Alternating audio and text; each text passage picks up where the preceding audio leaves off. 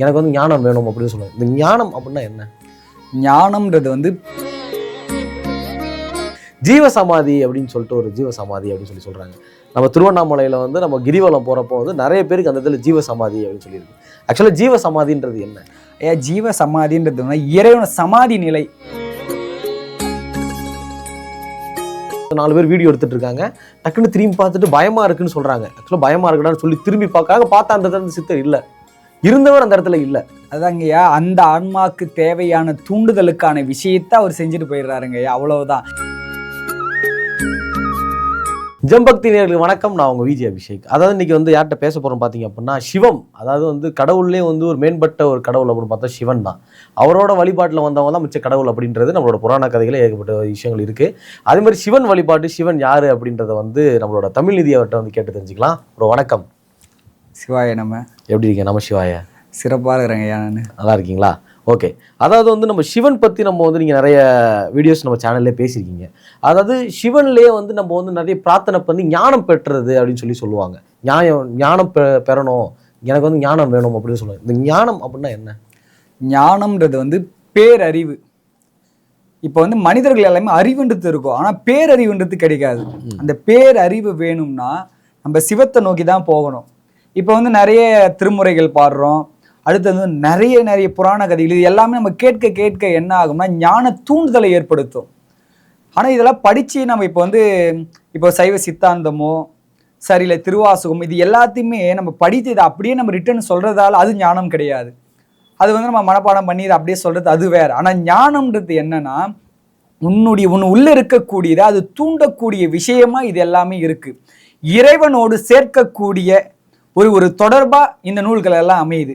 அந்த ஞானம்ன்றது வந்து எல்லாமே வேறுபட்டது. எனக்குன்னு ஒரு ஞானம் இருக்கும், உங்களுக்குன்னு ஒரு ஞானம் இருக்கும், எல்லாருக்குமே ஒவ்வொன்றும் இருக்கும்.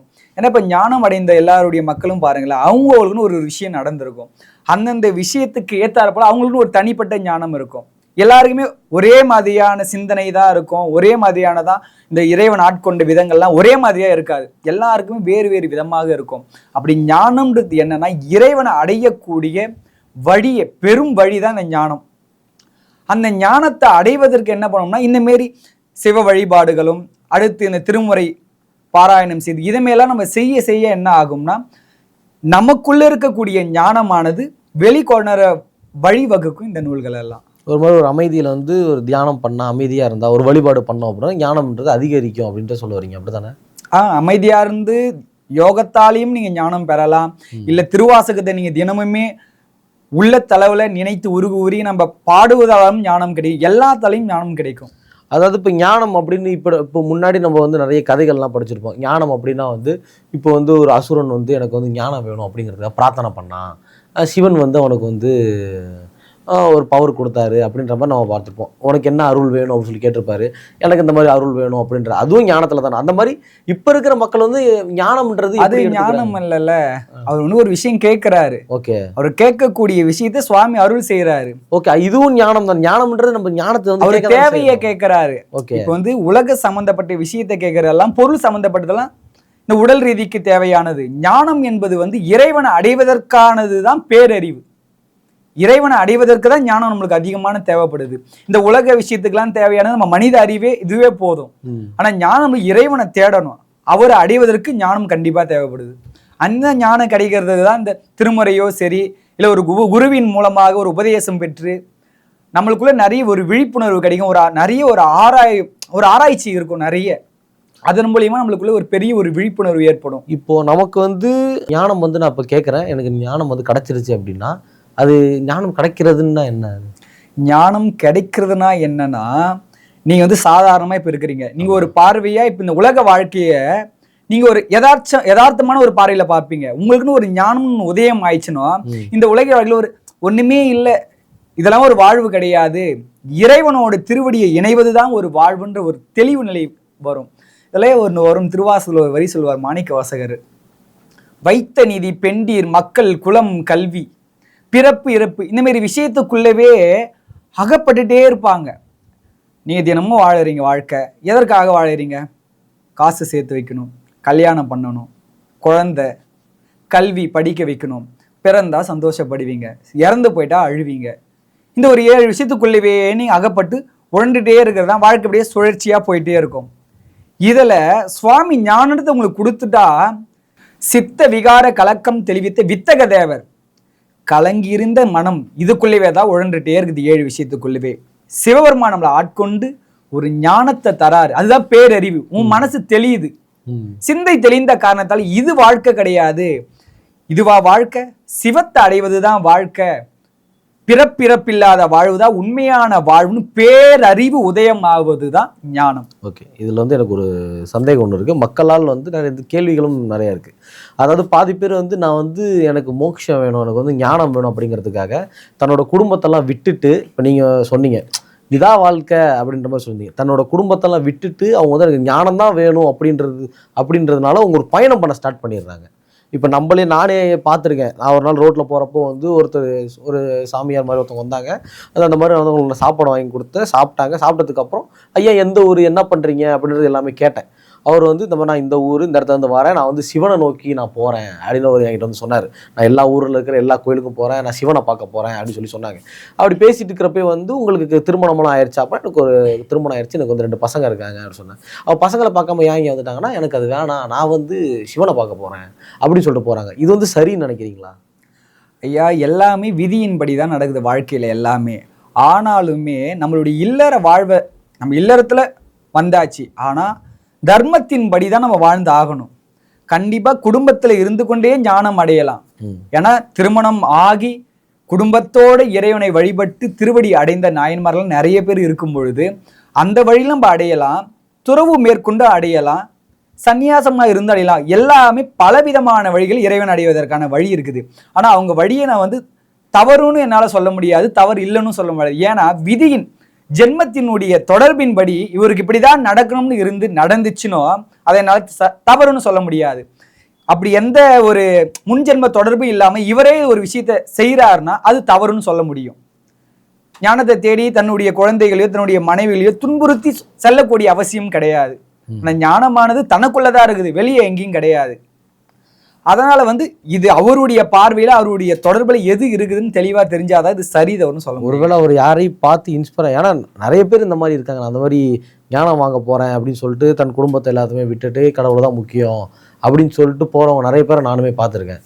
அதான் அது பார்வையின்படி எனக்கு தப்பாக தெரிஞ்சது. அவங்கள நம்பி ஒரு ஃபேமிலி இருக்காங்க அப்படின்றப்போ இந்த மாதிரி பண்ணுறது தப்புன்னு எனக்கு தெரிஞ்சது. அதை நான் அவங்கள்ட்ட கேட்கணும்னு சொல்லி நினச்சி கேட்டேன், வேறு எதுவும் கிடையாது. சரிங்க.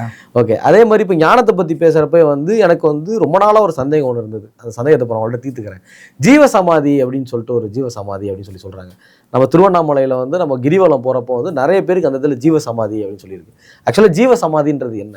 ஐயா, ஜீவசமாதின்றது இறைவன சமாதி நிலை, இறைவனோடு முழுமையாக கலந்த நிலை, முழுமையாக சுவாமியோட கலந்த நிலை, மொத்தமாக கலந்துடுறாங்க. அதே வந்து இங்கே இப்போ இருக்கக்கூடிய காலகட்டத்தில் ஜீவசமாதின்னு சொல்லுவாங்க. அந்த அளவுக்கு ஒரு பெரிய நிலை அடைந்திருப்பாங்களான்னு தெரியாது. ஆனால் இவங்களே புதைத்து அவங்க மேலே சிவலிங்கத்தை வாங்கி போய் வச்சிடுறாங்க. வாங்கி வைத்து அவர் ஒரு வழிபாட்டு தலமாக மாற்றிடுறது தான் இப்போ அதிகமாக நம்ம வாழ்க்கையில் பார்த்துட்டே இருப்போம். ஆனால் ஜீவ ஒடுக்கத்தை இவங்க செய்கிறது எப்படின்னா, அவங்க இறப்பு அவங்களுக்கே தெரியும், எப்போ இறக்க போகிற என்ன பண்ண போகிற, எல்லாருமே ஒரு சித்த நிலை தெளிந்தவங்க அவங்க. அதனால அவங்க சரியான நேரத்தில் இறந்து அவங்களுடைய இறப்பை அவங்களே கணிக்கக்கூடிய ஆள். கரெக்டாக இறந்துடுறாங்க. அது இறந்த பிறகுமே இறைவனோடு கலந்துடுறாங்க. கலந்து முடிஞ்சுமே சிவலிங்கமானது சுயம்பா உருவாகணும். அவங்க மேலே சுயம்பா உருவாகும். உருவானாதான் அவங்க உண்மையான ஜீவ ஒடுக்கம்னு சொல்லுவாங்க. அது ஜீவ சமாதின்னு சொல்லலாம், ஜீவ ஒடுக்கம்னு சொல்லலாம். அந்த ஜீவனை ஒடுக்கி தான் வைக்கிறாங்க அவங்களால ஜீவ ஒடுக்கம்னு சொல்லலாம். அப்படி நிறைய இடங்கள்ல கிடையாது. ஏன்னா ஜீவ சமாதி நிறைய பேர் சிவலிங்கத்தை வாங்கி போய் மேலே வச்சுதான் வழிபாடு பண்றாங்க. ஆனா சுயம்பாகவே ஒரு சிவலிங்கம் அவங்களுடைய உடல் மீது அதான் சமாதி மாதிரி கட்டிடுறாங்க. அதுக்கப்புறம் சுயம்பா வந்தா மட்டும்தான் அது உண்மையான ஜீவ ஒடுக்கம். ஏன்னா எடுத்துக்காட்டுக்கு வந்து திருவண்ணாமலையில ஃபேமஸான ஒரு ஜீவ ஒடுக்கம் அடிமுடி சித்தர். காலகட்டத்தில் என்ன பண்றாங்க, முந்தைய காலகட்டத்தில் என்ன செய்யறாங்கன்னா, ஒரு ஜீவ ஒடுக்கம் ஆகிட்டாரு.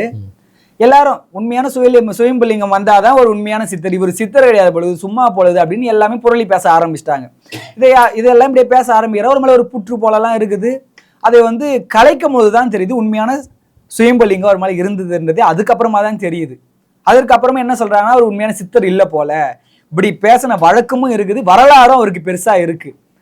அப்படி நம்ம திருவண்ணாமலை கிரிவலில் பார்க்க போனா ஒரு எப்படியும் ஒரு 70% மேல வந்து சிவலிங்கத்தை வாங்கி போய் மேல வச்சதுங்க தான் அதிகம். சுயம்பா வந்தவங்க ரொம்ப ரேரானவங்க தான். ஓகே, அதாவது இப்போ ஜீவ சமாதி அப்படின்றது வந்து அவங்க உட்கார்ந்து இருக்கிற நிலையிலேயே வந்து சமாதி படுத்துறதான ஜீவ சமாதி, இல்லை படுத்து நிலையில பண்றதுங்களா? ஐயா அவங்களோட ஒரு முறையின்படி செய்வாங்க ஐயா. சிலர் வந்து அவங்களுடைய குருமார்களினுடைய படி சீடர்கள் அவங்களுக்கு குரு என்ன சொல்லி கொடுத்தாரோ அதன்படி சீடர்கள் தான் எல்லா வேலையும் செய்ய போறாங்க. அப்படி ஒவ்வொரு குருமார்களும் ஒவ்வொரு புரிதல் இருக்கும். அவங்க புரிதலுக்கு ஏற்றாறு போல அவங்க செஞ்சுக்கிறாங்க. இப்போ என்னன்னா, இப்போ ஜீவ சமாதி அப்படின்றது வந்து தன் உடல்ல இருந்து போனதுக்கு அப்புறம் அவங்களுக்கு அந்த ஜீவ சமாதின்றது செய்யறாங்களா? அவங்க உயிரோட இருக்கிறப்பவே, அதாவது ஆத்மா அவங்க உடம்புல இருக்கிறப்பவே அவங்களுக்கு அந்த ஜீவ சமாதின்றது கட்டி அவங்கள இல்லைங்கய்யா, உயிரோட உடலோட தொடர்பு இருக்கும்போது செய்ய மாட்டாங்க. உடலை விட்டு இறைவனோடு கலந்து இருப்பாங்க. அதே போல அவங்களுடைய உடலானது வந்து நம்மளை போல அழுகியும் போகாது, எதுவுமே ஆகாது. உண்மையான ஜீவ ஒடுக்கம் சமாதி வரும், உடம்பு அழுகி போகாது, அப்படியே தான் இருக்கும். இப்போ நீங்கள் இதுக்கு முன்னாடி ஒரு சித்தர் ஒருத்தர் சொன்னீங்க, அதாவது திருவண்ணாமலையில், இப்போ அவரோட உடல் இன்னும் அழுகாமல் அதே மாதிரி கண்டிப்பாக இருக்கும். உண்மையான ஜீவ ஒடுக்கம்னுடைய உடலானது அழுக வாய்ப்பே கிடையாது. அது எப்படி? அது நம்ம சயின்டிஃபிக்காக பார்த்தோம்னா வாய்ப்பே இல்லையே அதுக்கு. ஆன்மீக ரீதியாக பார்த்தா எல்லாமே மாறுங்க ஐயா.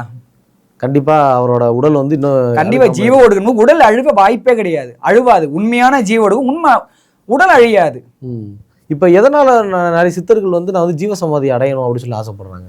ஜீவ சமாதி அடையிறது இறைவனோட கலக்கக்கூடிய தன்மை தான். தன்னுடைய உடலை வந்து பத்திரமா பார்த்துக்கணும் அப்படின்றவங்களும் இருப்பாங்க. சில தன்னுடைய உடல் வந்து எப்படி போனாலும் என்ன, தன்னுடைய ஆன்ம சாமியோட சேர்ந்தா போதும்னு இருக்கிறாங்க. இது எல்லாருக்குமே வந்து பொருந்துமானம் கிடையாது, ரொம்ப ரேர் தான். ஜீவ ஒடுக்கமாக ரேர் தான். ஆனால் ஜீவ ஒடுக்கத்துக்கும் நிறைய எல்லாத்துக்கும் மேல பல படிநிலைகள் இருக்குது ஆன்மீகத்துல. இதுல இது சில படிநிலைகள். நான் கேள்விப்பட்டது என்ன அப்படின்னா, அதாவது அவங்க உயிரோட இருக்கிறப்பவே வந்து அவங்க ஜீவ சமாதி பண்ணிடுவாங்க, அவங்க உள்ள அவங்க இன்னும் தியானம் பண்ணிக்கிட்டு இருப்பாங்க அப்படின்னு சொல்லி ஒரு விஷயங்கள் நான் கேள்வி. அவங்களுடைய அந்த பாசிட்டிவ் வைப்ரேஷன், அவங்களுடைய ஆற்றலானது அந்த இடத்துல கண்டிப்பா இருக்கும். ஆனா அவங்க இறைவனோட கலந்துட்டு இருப்பாங்க. அவனுடைய ஆற்றலானது அங்கே அந்த ஆற்றல் தான் நம்ம அங்கே போகும்பொழுது என்ன நடக்குன்னா, நம்ம ஒரு விஷயம் வேண்டதோ சரி, ஒரு விஷயம் நடக்கணும்னாலும் சரி, அந்த ஆற்றலே நம்மளுக்கு எல்லா விஷயத்தையும் செய்யுது. அந்த ஆற்றலே ஒரு உருவெடுத்து எல்லா வேலையும் நம்மளுக்கு பார்க்குது.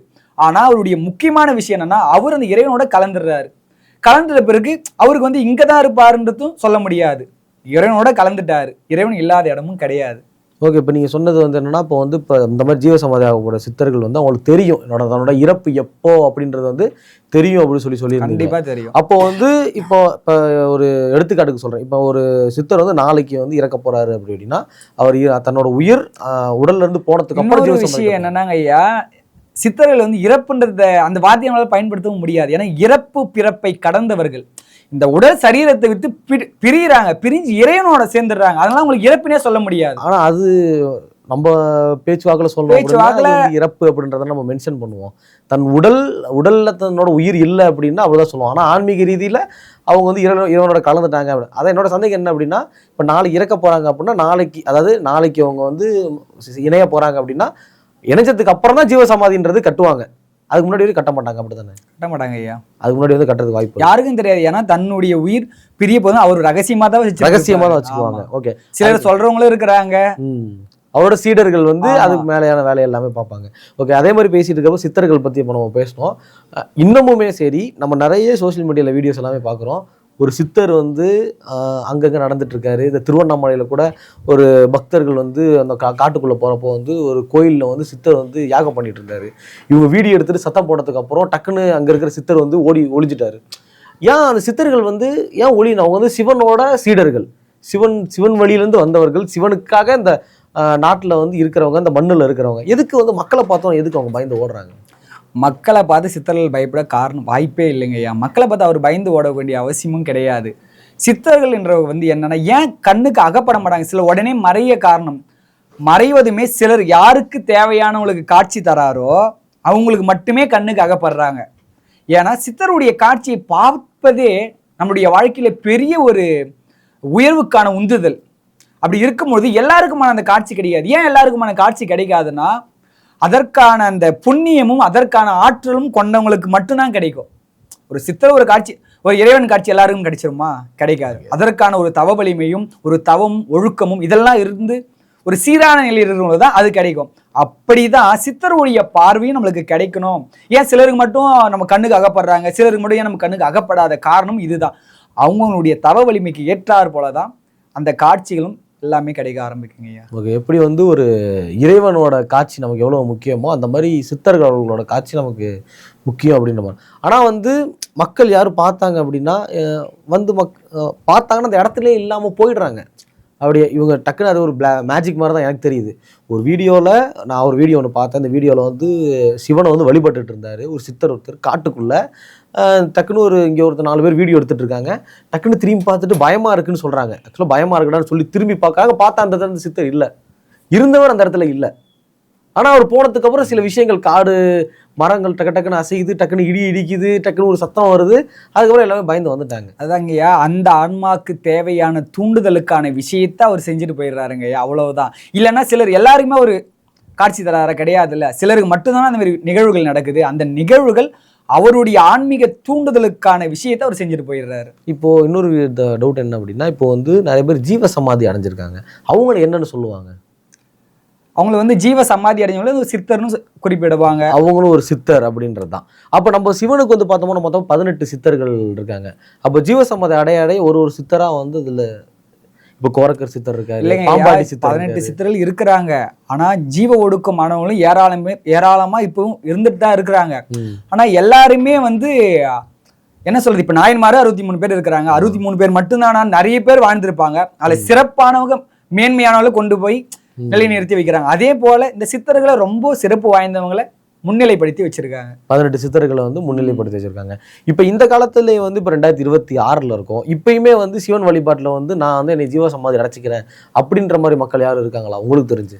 எனக்கு தெரியாதுங்க. அப்படி யாரும் கிடையாதுங்க. அப்படி யாரும்? ஏன்னா அப்படி சொல்றவங்க வந்து உண்மையான பக்தி நிலையில் இருக்கிறவங்க கிடையாது. உண்மையான இறைவனோட நெருக்கத்தில் இருக்கிறவங்க நான் ஜீவ சமாதி அடைய போறேன், இப்படிலாம் பண்ண போறேன் சொல்லவே மாட்டாங்க. ஃபர்ஸ்ட் அவ்வளவு சீக்கிரம் அகப்பட மாட்டாங்க. இல்லை, இப்போ யாரு தான் சொல்லுவான்னு நினைக்கிறீங்க நீங்க? ஐயா, முதல்ல தன்னுடைய பக்தியையும் தன்னுடைய விஷயத்தையும் எதையுமே வெளிப்படுத்தவே மாட்டாங்க ஐயா. ஏன்னா அவங்களுக்கு வந்து புகழ், தற்பெருமை இதுக்கெல்லாம் அப்பாற்பட்டவங்க. இதெல்லாம் கடந்துட்டாங்க. இந்த உலகில் வாழ்க்கைக்குள்ள அவங்கள அடைக்கவே முடியாது. இதெல்லாம் கடந்தவங்க. ஆனா இந்த விஷயத்துக்குள்ள அவங்க ஆடவே மாட்டாங்க. இந்த விஷயத்துக்குள்ள ஆட மாட்டாங்க. அதே மாதிரி நான் ஜீவ சமாதி அடையணும் அப்படின்றத வந்து பெருசாக யார்ட்டையும் சொல்லிக்கவும் மாட்டாங்க அப்படி சொல்றீங்க. ஆமா ஐயா. ஓகே, அந்த மாதிரி சிவன் பற்றி நிறைய விஷயங்கள் வந்து சொல்லிட்டு இருக்கீங்க. அதாவது இப்போ நீங்கள் என்னைக்காவது நினச்சிருக்கீங்களா, நீங்கள் வந்து ஒரு சிவனோட ஒரு பக்தர், சிவனை பற்றி நிறைய தெரிஞ்சுட்டு வந்துட்டு இருக்கீங்க. நீங்களே என்கிட்ட பேசுகிறப்ப முன்னாடி நான் வேறு மாதிரி இருந்தேன், நான் சிவனை பற்றி படிக்க ஆரம்பிச்சது இப்போ நான் டோட்டலாக மாறிட்டேன் அப்படின்ற மாதிரிலாம் எல்லாமே சொன்னீங்க. நீங்கள் எவ்வளோ ஒரு சிவன் பக்தராக இருக்கீங்க. உங்களுக்கு என்னைக்காவது சிவன் வந்து தண்டனை கொடுத்துருக்காரா? என்னடா அது சிவன் என்னையே இப்படி படுத்துறாரு அப்படின்னு சொல்லி என்னைக்காவது யோசிச்சிருக்கீங்களா? ஐயா, வாழ்க்கையில் நான் நிறைய முறை நினச்சிருக்கேங்க ஐயா. இந்த சிவ வழிபாடுக்குள்ள ஒரு ஆழமான நெருக்கத்துக்கு முன்னாடி என்னடா சாமி ஏண்டா கும்பிட்டோம், இந்த சிவத்தை வழிபட்டுனா இவ்வளோ கஷ்டம் வருது, இப்படிலாம் நிறைய முறை வருந்திருக்கிறோம். சாமி திட்டி விட்டுருக்கிறோம். ஐயோ இதுக்கப்புறம் என்னால் முடியாதா சாமி அப்படின்ற வருத்தத்துக்கெல்லாம் நிறைய முறை தள்ளப்பட்டிருக்கு. ஆனாலுமே என்னால் இதுலேருந்து வெளியே வர முடியலை. ஏன்னா இது இன்பம் எனக்கு தெரிஞ்சிச்சு. சுவாமியா ஒரு அன்பு, அவருடைய சந்தோஷம் ரொம்ப பிடிச்சி போச்சு.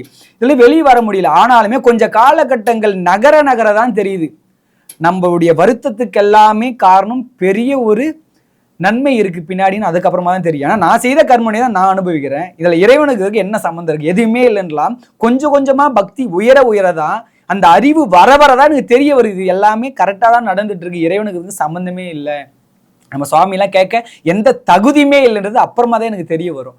அதே மாதிரி ஒரு விஷயம் ஒன்று இருக்கு, சிவனை கும்பிட்டோம் போனால் நமக்கு நிறைய கஷ்டம் வரும் அப்படின்னு சொல்றது உண்மையாது? ஐயா, இறைவனை வழிபட்டா நன்மை மட்டும்தான் வரும், கஷ்டம் ஒரு துளி கூட வராது. சிவத்தை வழிபட்டா ஒரே ஒரு துளி கூட கஷ்டம் வர வாய்ப்பே கிடையாது. அவரை வழிபடும் போது துன்பம் வர காரணம் என்னன்னா அவரால் வரதுக்கு காரணம் இல்லை. இப்போ நான் சிவத்தை வழிபடுறேன்னு வச்சுக்கோங்க, நான் வந்து நிறைய தீவினைகளை செஞ்சிருக்கேன். நான் சிவத்தை வழிபட என்ன ஆகும்னா, ஏன்னா வாழ்க்கையில வந்து சாமி என்ன பண்றாரு, என்னை மேன்மைப்படுத்தணும்னு ஆசைப்படுறாரு. இந்த மேன்மைப்படுத்துறதுக்கு தடையா இருக்கிறது என்னன்னா, நான் செய்த கர்மவினை தீவினைகள் அதிகமாக செஞ்சிருக்கேன். நிறைய பேருக்கு துரோகம் செஞ்சிருக்குன்னு வச்சுக்கோங்க. நிறைய பேர் ஒரு பெண்களுடைய வாழ்க்கைக்கு எடுத்திருக்கு. இப்படி எல்லாம் நிறைய பண்ணிட்டேன். என்னுடைய வாழ்க்கை என்ன ஆகணும், இதெல்லாம் நான் பட்டே ஆகணும். சிவத்தை வழிபட்டா நீ செய்த குற்றத்துக்கு எல்லாத்தையுமே நீ அனுபவித்தே ஆகணும். நீ எதுல இருந்துமே அப்படியே சாமி வழிபட்டேன் அப்படியே கஷ்டப்படாம அப்படியே அழகா போயிடலான்னா வாய்ப்பே கிடையாது. கண்டிப்பா நீ செய்த தீவினைக்கு எல்லாத்தையுமே அனுபவிச்சுதான் ஆகணும். அப்போ மொத்தமா எல்லாரும் போல அனுபவிப்புனா கிடையாது. உனக்கு தெளிதலான புரிதல் வந்துடும். நம்ம செய்த நம்ம அனுபவிக்கிறோம் அப்படின்னு ஒரு புரிதலா இருக்கும்போது உனக்கு வரக்கூடிய தீவினை பெருசா இருக்காது. வேகமா வந்து அடிக்கிற பாலுக்கும் பொறுமையா வந்து அடிக்கிற பாலுக்கும் டிஃப்ரெண்ட் இருக்கு. அந்த போல ஓரளவுக்கு ரொம்ப துன்பம் இல்லாம சிறிதளவில் எடுத்துட்டு போயிடுவோம். இப்போ சிவனை நம்ம கும்பிட ஆரம்பிச்சோம் அப்படின்னா முதல்ல நம்ம பண்ண பாவத்துக்கு நமக்கு இப்போ அதெல்லாம் தண்டனை கொடுத்துட்டு அதுக்கப்புறம் ஒரு நன்மையை கொடுப்பாங்க. கண்டிப்பாங்க. நம்ம இறைவனை அடைவதற்கு வரைக்கும் ஆணவம் கண்மம் மாய் இதை மொத்தத்தையும் அழகா கிளியர் பண்ணுவார். ஓகே, அதனால சிவனை வழிபட்டா கொஞ்சம் கஷ்டமா இருக்குன்றதுனால பாதிலே விட்டுற வேணாம், தொடர்ந்து நம்மளுடைய வினைதானங்க ஐயா, என்னைக்கான தீர்த்து தானே ஆகணும். நீ சிவத்தையா நீங்க வழிபடலன்னு வச்சுக்கோங்க, நீங்க இருக்கிறீங்க உங்களுடைய வாழ்க்கை ஃபுல்லாவே வாழறீங்க, நீங்க என்னென்ன கர்மலையும் செஞ்சு இதெல்லாம் இருக்கீங்க, மீண்டும் பிறப்பு நீங்க செஞ்சது அப்படியே தானே தொடர போகுது. என்னைக்கா இருந்தாலும் நீங்க செஞ்சது தீர்த்து தான் ஆகணும். பிறவி பிறவியாக தொடர்ந்துட்டே இருக்கும். நீங்க செஞ்சது புண்ணியமா இருந்தாலும் சரி பாவமா இருந்தாலும் சரி அது தொடர்ந்துட்டே இருக்கும். இப்போ நான் பாவம் பண்ணியிருக்கேன் அப்படின்னா, நன்மை பண்ணதை விட பாவம் அதிகமாக இருக்குது அப்படின்னா, இந்த ஜென்மத்தில் எனக்கு முடிஞ்சிருச்சு அப்படின்னாலும் அடுத்த ஜென்மத்திலையும் இந்த பாவம் ஃபுல்லாக முடியலன்னா அடுத்த ஜென்மத்தில் அந்த ஜென்மத்தையும் தொடர்ந்துட்டே தான் இருக்கும்.